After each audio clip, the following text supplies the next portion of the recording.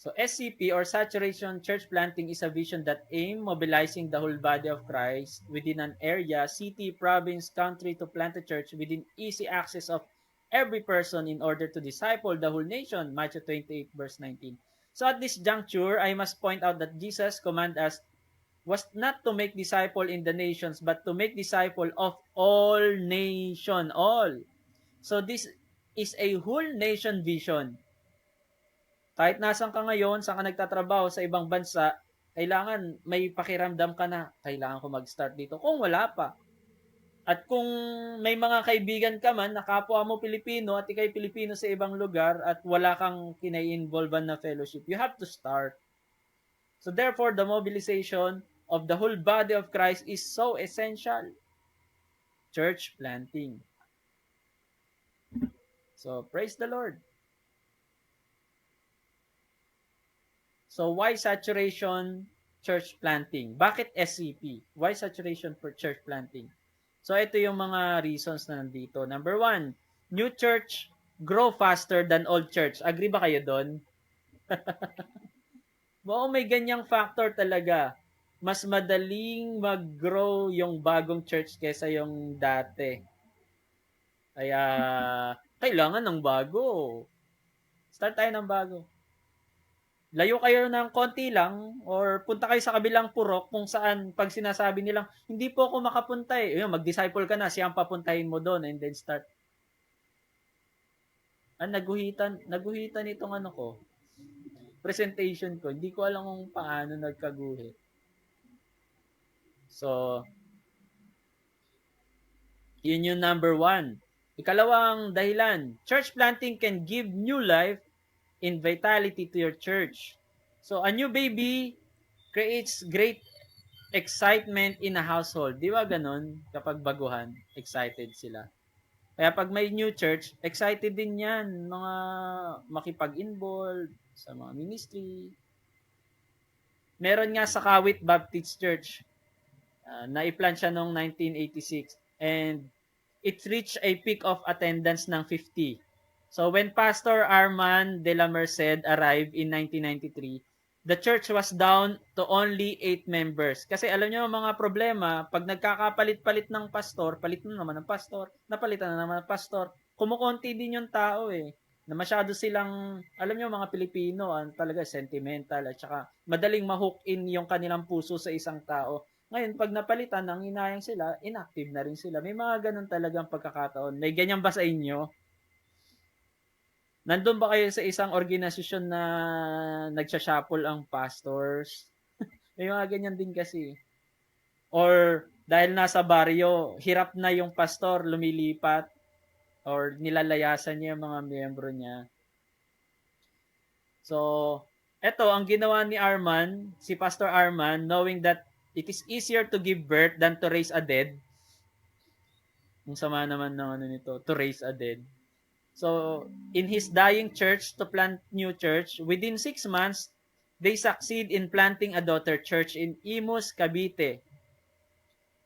So, mula doon sa 8 miyembro ng current church na on-off yung mga tao, ang daughter church nila umabot ng 60 members. So, there was a great receptivity in Imus. But the amazing thing is that through giving birth, revival came to the church in Kawit. Kaya yung mga 8 members na yon, na-inspire sila. Ngayon, naging 96 yung member nila dun sa mother church at yung mga member dun sa daughter church ay patuloy ding lumalago. So, ang revival, it also could start through church planting. And ang revival sa loob ng church without church planting is still just a, sabihin na lang natin, more on spiritualizing, more on sa spirit lang and emotionalism yung iba. Alam niyo yun, ang daming iyak-iyak, linggo-linggong iyak, pero hindi makahayo. Hindi healthy pa rin yun na Kristiyano. So, bakit church planting kailangan? So, number 4, church planting develop new leadership. Pag mayroong bagong church doon, may bagong leader na tumatayo at nakikita tayo at nakikilala tayo. And sometimes, baka sabihin natin, meron silang leadership quality na wala tayo. That's why we need church planting para matagpuan natin yung ibang gift mula sa ibang lugar. Kaya may mga iba't ibang personality, di ba? And it is often determined by the pastor himself. Nakikita niya, nararamdaman niya. So theological persuasion is also play a major role and often determine the liturgy in the service. So God in his infinite wisdom created such variety in the expression of church that it actually becomes difficult for someone to say, I can find the church where I fit in. Therefore, build and start a church in your community where you fit in. Diba? We just need to continue to plant more types of churches that cater for all homogeneous groups eh. Kaya kahit ikaw pastor na church planter at maka-build ka ng sabihin natin mga 5 churches, alam ng mga pastor na yun na iba't iba ang nature ng churches na yun eh. Parang ang mga anak mo, hindi sila magkakaugali. That's why diversity is being realized through church planting also. At yung leadership doon, sabi nga ni Peter Wagner, many churches have confirmed the fact that the most important institutional variable for church for the growth and expression of the local church is leadership. So for the most part, existing church have unconsciously placed a ceiling on both clergy and lay leadership. And as a result, upward mobility of people into positions of ministry is difficult. But new churches open wide the doors of leadership in ministry challenges and the entire body of Christ subsequently benefit. Totoo yon. Pag ang hirap na talaga na mag-raise doon sa isang lugar na yon, church planting ang gawin mo, kapatid. Nare-realize mo ba na sa pagpapastor mo ay ganyan, hindi parang stagnant na siya? Hindi na growth ang ginagawa mo, maintenance na lang. So may mga ganun churches eh. Magkaiba ang growth and maintenance, kapatid. Ang maintenance, parang ginagawa nyo na lang na traditional, yung kahit nagbabago man kayo ng program, nadadagdagan kayo through biologically multiplication. Pero maintenance lang yan kapag walang church planting. Mine-maintain mo lang kasi ang isa. So kung gusto mo ng growth, you have to move out or mobilize your leader or disciple leaders that could be mobilized. Amen? May mga evangelists dyan, may mga missionary dyan. We have to discover them and inspire them also. So church planting is the best method of evangelism in nation. Dito muna sa number 5. Tumalon tayo. Church planting helps denominational survival. Di ba? Sa book ni ni Peter Wagner, sabi niya, church planting for greater harvest. Makes his observation na sabi niya, without exception, the growing denomination have been those that stress church planting. So many denominations talk about church growth and have intentions to plant churches, but that is as far as it goes. They have neither a plan nor strategy and often too proud to ask for a help. Totoo naman, kailangan naman talaga natin ng help kapag hindi talaga alam. Kasi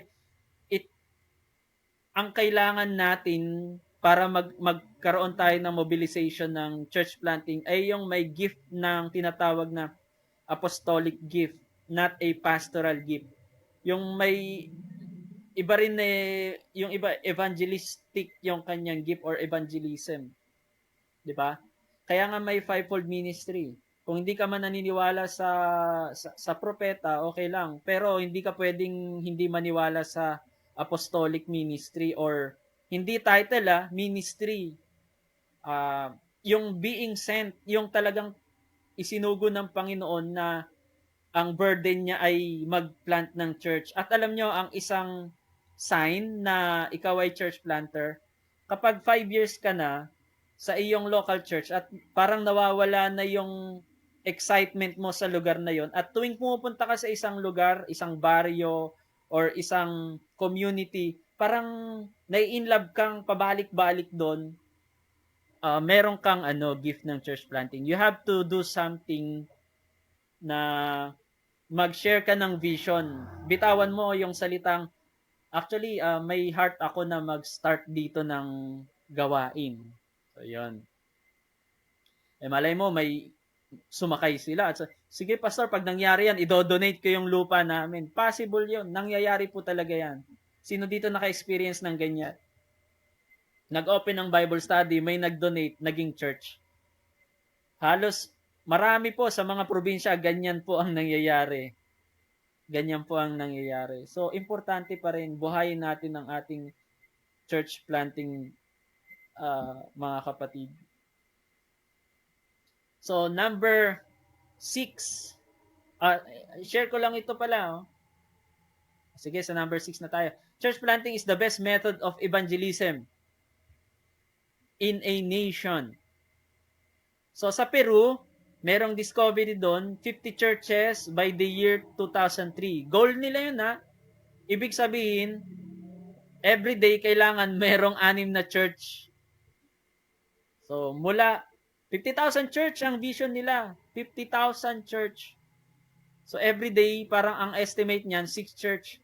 Pero alam nyo, nung 1989, na merong 5,000 current church, naging 12,915 noong 1995, at 15.03 ang average ng kanyang growth rate. So, noong 1989, meron ng 750,000 members sa kanilang church, and it grew hanggang 2 million noong 1995. So, from 5,000 to 2 million, mga kapatid, 19.55% ang rate ng growth nila annually. 19%. Ibig sabihin, ilan ang 19% ng 100? Sabihin na lang natin, 20%. So, 100. Kung 100 yan, 20 ang nadagdag. Tapos after next year, yung 120, may itatimes mo na naman. So, in conclusion, derived from this is that membership growth rate is faster when planting churches. Hindi naman ang tinutukoy dito na 2 million, local church na 2 million. Hindi. Sa loob ng isang church, from mother church, from the church that you have started, how it spread, yun yung member na binilang sa 2 million. Okay?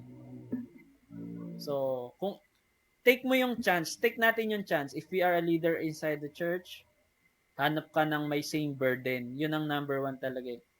And share that burden into them. Number 7, new churches can stimulate existing church. Ano ibig sabihin nun? It is sad to say that in most cases, when a new vibrant church is planted within a community, kapag merong bago dyan, where there are already existing churches, there is often hostility toward the new church. So, pastors are afraid to lose members to new church. Yan yung nasabi ko kanina. My advice to pastor sa mga yon, just keep growing green grass in your church and the sheep will not wander. Kung mataba naman ang lupa, hindi ka matatakot na lilipat yung mga tupa. So, older church that have stagnated are often challenged. Mas maganda nga yun, na-challenge tayo by the newer churches into caring for their flock more effectively. So, new churches raise the level of religious interest. Kaya nag-i-stimulate ng church yan pag may mga bagong church sa tabi. So, kailangan, kilos ka din, kilos-kilos din. Galaw-galaw, baka ka ma-stroke. So, bawal ang church na may stroke dito. So, the essential criterion for any community with more than one church is to see each other as part of the team that Jesus had called. Anong panawagan ni Jesus? Destroy the works of the evil one. Amen? 1 John 3:8. So, once a pastor can pray for more workers to come to the harvest field where he is laboring, he has truly become a kingdom minister. Praise God. Nagiging minister na tayo sa kaharian ng Lord. Number 8, church planting will bring a new awareness and compassion for the lost. It is almost hard to believe that most churches spend 90% or more of all their resources. Ito yung sinasabi ko din Totoo po ito. Yung resource, itry nyong sa loob ng isang taon, may reporting ang church, tignan nyo kung ilan yung nailagay sa mission. Baka wala pang 10%. Parang tithes lang yung yung napunta sa mission. Alam nyo, sa panahon ngayon, totoo ito, makinig kayo mabuti. Most of the fund ng church napupunta sa maintenance ng building or sa musical instrument. Oh, totoo hindi. Kaya ang tingin pasensya na ha, ang tingin ko sa marami at karamihang church ngayon, nagpapaganda lang ng palasyo. Hindi na nagpapalawak ng kaharian. Ang ang iglesia, tinawag ng Panginoon hindi para magpalaki ng templo. Kaya nga possible lang talagang nakita ni Lord na madidestroy yung temple sa Jerusalem kasi talagang isang pwedeng maging dahilan na mag-ipon-ipon lang doon sa Jerusalem. Actually, ganun nga ang nangyari, di ba? Nag-ipon-ipon lang sila doon. Doon sila, ang saya-saya nilang nagsi-cell group sa may paligid ng temple. Mababasa natin yung sa Acts. Nandun sila, nakagrupo-grupo sila doon sa paligid ng templo. Doon sila nagkakasiyahan. And then uuwi sila, breaking of the bread. Doon na lang sila hanggang iisa na lang din yung kanilang lalagyan ng bigas. Iisa na lang din yung kanilang kaban ng yaman. Nag-ipon-ipon talaga sila doon. Gumawa sila ng tinatawag na um, communist Christian. Pag sinabi mong komunista, di ba? Walang Diyos. Pero talagang komunista style sila eh. Kayamanan ng isa, kayamanan ng lahat. Yun kasi ang principle ng mga komunista. So noon, ganun na nangyari. Benta sila ng lupa, tutulungan na lang yung mahirap, mayaman ka, bigyan natin sila. So iisa ang kanilang kaban ng yaman. Ang problema, hindi yun yung commission ni Lord. Sabi niya, go. Acts chapter 1 verse 8, 'di ba? Be witness into Jerusalem, Judea, Samaria, and to hanggang sa uttermost part of the earth. Pero parang Babel eh. Ang ginawa ni Lord, kinumpuse sila, confusion ang nilagay through persecution ni Saul. That's why they scattered. So, ayun na. Nawawala na kasi yung compassion minsan sa mga naliligaw na tupa. Mas masaya na tayo kapag may bagong labas si Planet Shaker, mga ganun. Pero wala nang part yung music team sa evangelism. Maging musicianary kayo. Kung musician kayo, gamitin niyo yung gift nyo na maging evangelist or musicianary na tinatawag. Kung gusto nyo, gawa tayo ng short course, musicianary. How to become a musician and missionary at the same time. So, the average church spend 90% of its finance on church members who have heard the gospel already over and over. Doon nagagastos sa mga nakarinig na ng gospel. So the average pastor spend at least 90% of his time on church member who are already saved. Totoo naman yun. So we can go on and on. Church stagnate when they become introverted in their church life. So when we are overwhelmed with their own needs and wants, such churches lose the vision and fall into religiosity. Rather than shakers and movers and contagious, magiging contagious tayo sa kingdom, expansioners, envoy, bearer of the gospel. So as a child, I often watched the farm worker on Sunday afternoon gather their dogs together to go rabbit hunting. So whilst there was no rabbit in sight, those dogs would snarl and snap at each other. But the moment they saw a rabbit, they forgot about each other and went for the kill. So it is in the church. So meron dito, sabi ni Brother Danny, Nakikita niya yung mga aso na nagra-rabbit hunting, kapag wala silang makitang rabbit, sila-sila daw ang nagsasakitan, sila-sila daw ang nagkakagatan, mga aso. Pero pag nakakita sila ng rabbit, ayun, nakapokus sila sa rabbit, nagkakaisa na sila. Parehas daw sa church planting. Kapag walang vision sa mga naliligaw, yung church member, sila-sila magkakagatan. Pero pag nilabas mo yung iba dyan, iba ng focus nila. May in love sila sa gawain ng Diyos. So after 22 years in the pastorate, I know this to be a true fact. Totoo po yan. Kaya may mga kapatiran tayo na active at pinapasama ko doon sa isang church na i-plant noon. Pero nung nag-pandemic, simula nung nag-pandemic, ayun, medyo hindi pala pandemic, nagkaroon ng isang problem din sa church. Kaya naging bumalik sila sa mother church. So number 9 na tayo. Church planting will bring a world vision to your church. Amen. So kapag merong nagpo-program na, Pastor, doon na kami sa ibang bansa, ayun na, take the chance. Punuin mo siya ng burden na mag-start ng church doon para ikaw din makasama sa kanya at hindi kanya makalimutan. Church planting kayo sa ibang bansa. So often, Christians hide behind the walls of their church. They're told not to mix with the world.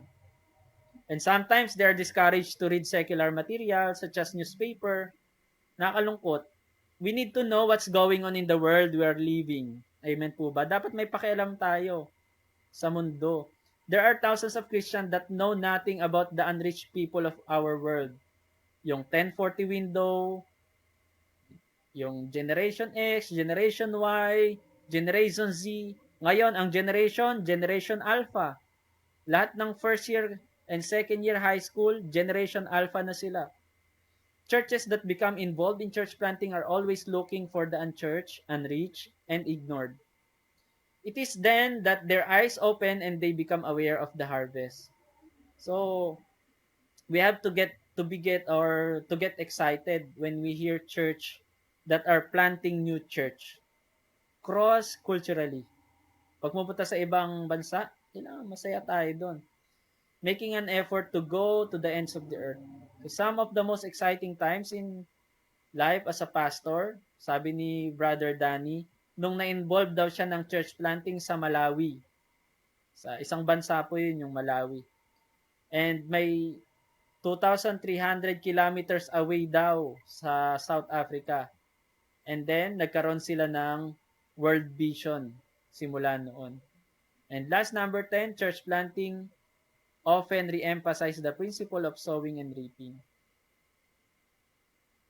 It is biblical truth that whatever a man sow, that he will reap also. Naniniwala po ba tayo doon? Ano man ang itinanim mo, yun ang aanihin mo.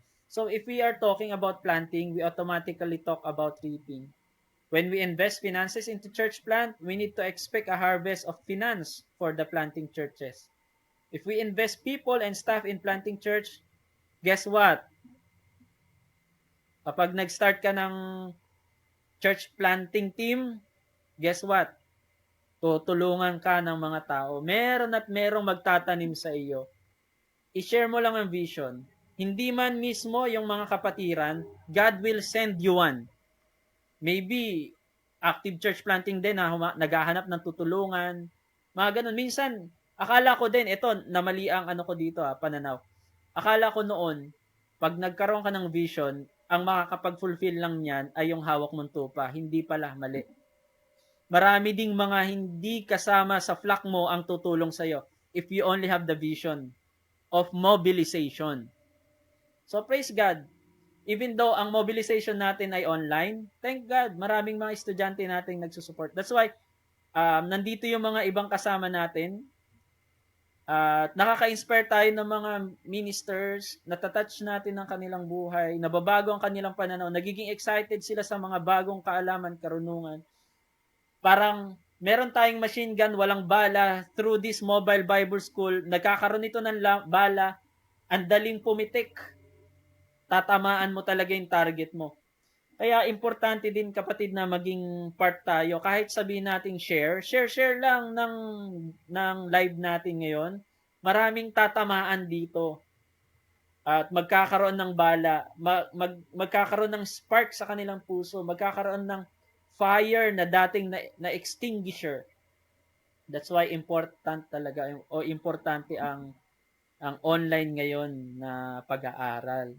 And God, this MBS is a God-given platform talaga sa atin. Ako, sabihin natin founder, hindi, pangalan ko lang yung nailagay na founder, pero si Jesus Christ talagang may-ari ng Mobile Bible School. At regalo ito ng Panginoon sa bawat isa. That's why yung mga supporters natin dyan, you are planting seeds and hindi sayang kapatid ang ating mga tinatanim. Kaya maraming salamat sa mga sumusuporta sa panonood, sa pag-share, hindi lang si Finansa, yung mga nag-share, mga nagtatag, mga nagme-mention ng pangalan, yan, malaking tulong po yan. Malaking tulong po sa ating sa ating pag-reach out sa mga ministers, yung mga gustong mag-Bible school pero wala namang ganong kalaking pera, ganyan. Libre naman manood, nila live stream natin. Kaya, praise the Lord, i-share natin yung opportunity. Part yan ng sowing and reaping. Kapag marunong ka mag-share, someone will share unto you. Kaya, don't hold back. Huwag kayong magkaroon ng hold back. Pag narinig mo, i-share natin to. I-share nyo lang. So, practical process. If a nation is going to embark, ito, makaluma na ito eh. Pero, sige, share ko lang. Yung tinatawag na doon, Type Strategy by Jim Montgomery. So, meron siya dito na strategy. I-share ko na lang yung kanyang practical process. Ito po ay 12 practical process. Tama ba? Babasahin ko na lang. Number 1, strategy. First strategy is Christ-centered in its emphasis on seeing Him made incarnate in every cluster. 500 to 1,000 people in the world. Kailangan maging Christ-centered yung mga yon. Okay? Parang sa homiletics. Actually, ang isang aim ko talaga or goal sa homiletics, maging Christ-centered yung mga preaching. Marami talaga ako, kahit sabihin natin ang gagaling na speaker, pero inaabangan kong mabanggit yung pangalan ni Christ, hindi man lang nabanggit. Kahit sa closing prayer man lang. Wala. Meron, in Jesus name, yun, sa closing prayer nga, dun lang. Nakakalungkot. Kaya yung homiletics natin, always nilalagay natin Christ-centered. So, ang Mobile Bible School ay Christ-centered din ng kanya pong principle. So, number 2, is built on the comprehensive plan of God who is not willing that any should perish. Kung ikaw po ay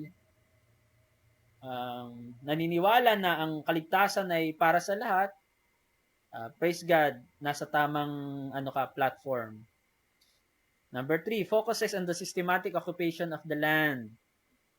So, kung ano yung land mo, province mo, kung saan ka nakatira, tulad ko, ako ay pinanganak sa Pangasinan. Nag-move out yung parents ko sa Pangasinan. Doon na kami pinanganak sa Marikina. Pero, nung 20 years old ako, ibinalik ako ng Lord sa Pangasinan kung saan sila pinanganak. At doon ako nag-start na mag-mission. Sabi ko nga kay Lord, Lord, inalis mo yung magulang ko, pero ako naman ang pinabalik mo. Yan. So, ganun talaga din si Lord di ba?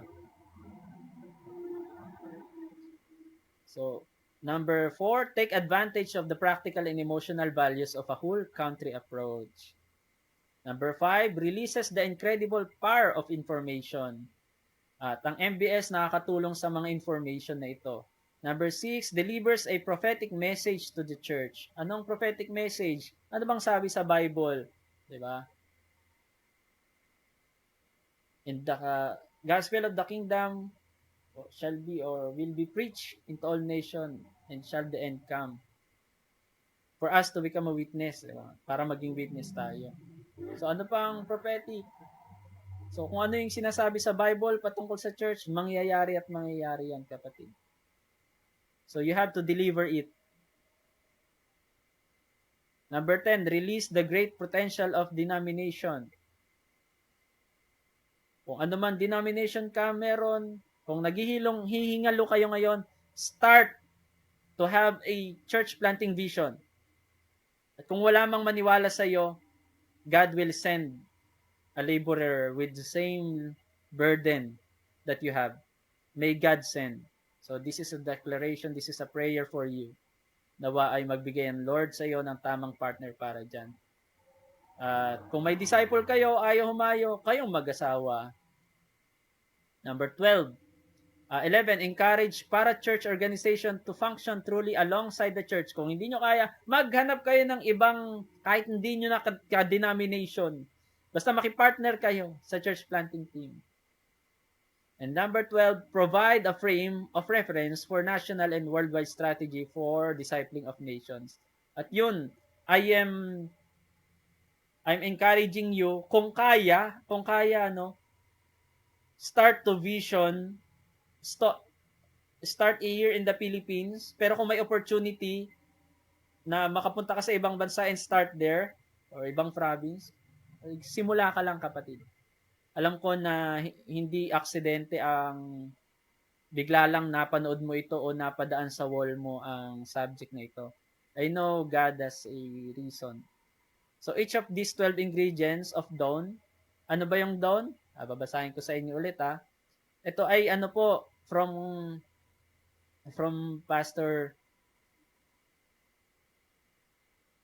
Jim Montgomery. Yan. Discipling a whole nation. Yun yung dawn. Actually, nung ano pa to 1990s hanggang year 2000 nang tina-target nila. Pero napakaganda kasi nitong book. And now, 2020, expect, halimbawa, mag-goal kayo, 2030 o 2024 ngayon. Sa 2030, kailangan merong 3 or 4 or 5. Mag-target kayo hanggat maaari. Damihan nyo, wag isa lang. At least 2. Bago mag-2030, ganun. 3, 5. Kung gusto nyong konti, pwede. Pero sa cell group, sa Bible study, damihan nyo. At least 10. Sana ganun. At least 10. Kasi kung God-given vision yan, God will give the provision Minsan, hindi tayo be-bless ni Lord kung wala tayong hinihinging vision sa Kanya. So, nawa maging inspiration ang Mobile Bible School, ang subject na ito sa bawat isa. So, yung dawn na yon, each of 12 ingredients of dawn or discipling is powerful in itself when they are put together in a symbiotic relationship. Symbiotic relationship, ano yan sa scientific term, yan yung mutualism, na magandang symbiotic relationship. May negative symbiotic din, tulad ng competition, predation, commensalism. Yung commensalism, one benefit but not the other. Pero it doesn't bring harm. So mutualism yung they have benefit to each other. That's the one of the great kind of symbiotic relationship. So their potential is enormous. Yan. Praise the Lord. So dito na tayo magtatapos. Sabi ni Dr. Marie Morman, so gleaning from Montgomery makes the observation that the details of how saturation church planting project work varies from county to county and situation to situation. Yet some ingredients are necessary. Ano daw yung ingredients na to? Let me read na lang. Reading na lang ito. A person or group of person earnest for the reaching of their country, as was the reformer John Knox of Scotland, who cried out, "Give me Scotland or I die." Meaning, willing tayong mamatay para matupad yung gawain ng Diyos sa atin or yung pinapagawa ng Diyos sa atin. A national representative working committee that shares the vision and is willing to give a personal or organizational resource to guide this relatively simple process. Ipag-pray din natin yan. Isang ingredient din yan na merong mula sa outside or inside the church na willing tumulong sa ating vision. The gathering and updating of relevant information regarding the current harvest force and harvest field in the country. Kailangan i-share nyo rin ang mga statistics na naririnig nyo ngayon, i-share nyo sa loob ng church. It could give a spark in their heart and be ignited to rekindle the fire to be involved in discipling and church planting. So from this can be gleaned a prophetic message how God sees His church in the nation and what He is saying to His people. Number 5, periodic national and regional gathering of leadership of the church to consider what God may be saying on how each denomination may best respond for God's purpose to be accomplished. So these gatherings are frequently called congress or church planting congress or church planting seminars or ano man, mag-involve tayo doon. So to emphasize the decision-making element of response, goals will be set and reviewed, progress celebrated, prayer for revival, renewed, and fresh commitments made. So mag-program tayo sa loob ng church. Kung gusto nyo, invite nyo ako. And we will start a church. We will start a church planting team. Yan. So, the commitment to continue the process until Jesus returns. So, mobilizing prayer, monitoring harvest force, harvest field progress, dissemination of information in publication and congress, and sharing church planting model and resource. At kailangan talaga ng reporting. Importante yung reporting para lalong tuloy-tuloy tayong tutulungan, you have to report to your sponsor para tumanap din tayo, and let's pray for those. So, praise God. Ito naman yung church planting story ko, mga kapatid. Actually, meron ditong picture nawala naman na yung picture niya.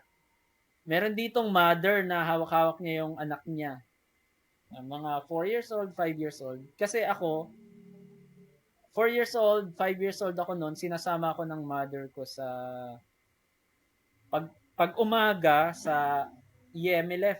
Yemilef ang pangalan nun. Iglesia Evangelista Metodistas in Las Islas, Filipinas. Yemilef. 115 years na siya. First independent church in the Philippines. Doon na rin ako unang nakapag-BBS. Di pa ako nag-aaral nun. Parang pre-elim. Grade 1, grade 2. BBS kami. Nung naging grade 1 na ako, grade 2, meron na namang pagsasambahan ng hapon. Sinasama kami ng ate ko. Hapon. Minsan, dalawa pa nga Sa hapon na yon, dalawang pupuntahan pa ng hapon at saka meron pa isa gabi. So, church planting siya. Church planting pala siya. Yung pala, yung mother ko, kinuhang secretary ng pastor na tagabilang, ng mga fund, gano'n. So, naging secretary siya ng church. In-appoint siyang secretary. That's why, bata pa lang ako, nakita ko kung paano din mag-grow ang isang church. At na-expose ako sa church planting. And then, nung high school na ako, gusto ko ma-involve sa music team, sa IRM. Doon na ako nag-start naglaylo kasi kompleto na sila ng tumutugtog doon. So, naghanap ako ng isang kapilya na pwedeng magamit yung aking pagiging musician, gitarista. To make the long story short, napunta ako sa isang church na ang pastor ay church planter din. At yun ang dahilan kung bakit napunta ako sa Pangasinan. So, nag-serve muna ako doon, 1995, 96, 7. So, dito kami naglalakad sa Provident. From IRM, pupunta kami dyan sa Provident Village. Nandyan yung church planting. Yan. Nawala yung signal natin pasensya na.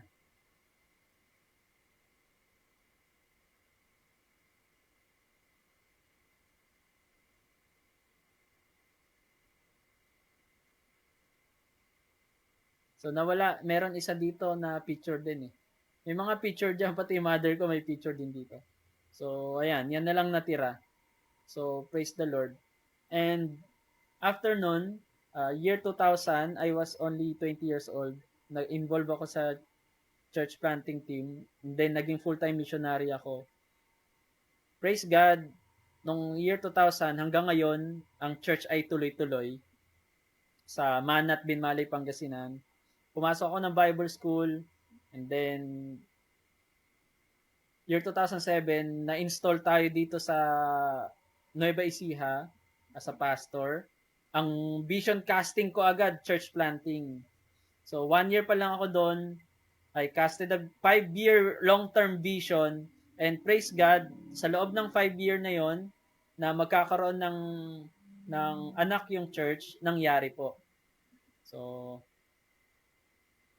sa biyaya ng Panginoon, ay tuloy-tuloy po yung gawain. May isang church talaga na, ayun, nakabili kami ng lupa, and I'm praying this year or next year ay makapag-start ulit tayo ng isang church. So, active church planter din po tayo, pioneering church. And by God's grace, president tayo ng Haven of Prayer and Worship Church. Meron tayong 17 churches dito sa Pilipinas, isa sa Toronto, Canada. So, maraming salamat po. Muli, I'm your brother in Christ, Roderick De Vera. Sa Mobile Bible School, tayo'y nakikipunulan. Sa tahanan man o saan ka man naroroon tunay. Kaharap ng mga langit at biblikal na aral ay makulay. Sa biyaya ng Diyos tayo'y lumalago sa buhay. Karunungan at pananampalataya sa Mobile Bible School, ito'y abot kamay na. Sa bawat aralin tayo'y natututo sa teolohiya at biyaya. Sabay-sabay ay lumalago tayo. Sa bawat hakbang, sa Diyos tayo nagtitiwala. Sa gabay ng Kanyang salita, ating inaakay ang iba. Kahit saan man dalhin ng ating mga paa. Sa Diyos ng makapangyarihan, tayo'y nagtitiwala. Karunungan at pananampalataya sa Mobile Bible School, ito'y abot kamay na. Sa bawat aralin tayo'y natututo sa teolohiyang biyaya. Sabay-sabay ay lumalago tayo. Oh, karunungan, sa Diyos tayo nagtitiwala. Sa gabay ng Kanyang salita, ating inaakay ang iba. Kahit saan man dalhin ng ating mga paa. Sa Diyos ng makapangyarihan, tayo'y nagtitiwala tayo. Ang pag-ibig niya'y walang hanggan. Sa bawat puso't isipan, tayo Kanyang tinuturuan. Sa online at paaralan, sama-sama tayong umaasa. Sa kaluwalhatian ng Diyos, tayo'y nagkakaisa. Sa Mobile Bible School, ay abot kamay na. Sa bawat aralin, tayo'y natututo sa teolohiya at biyaya. Sabay-sabay ay lumalago tayo.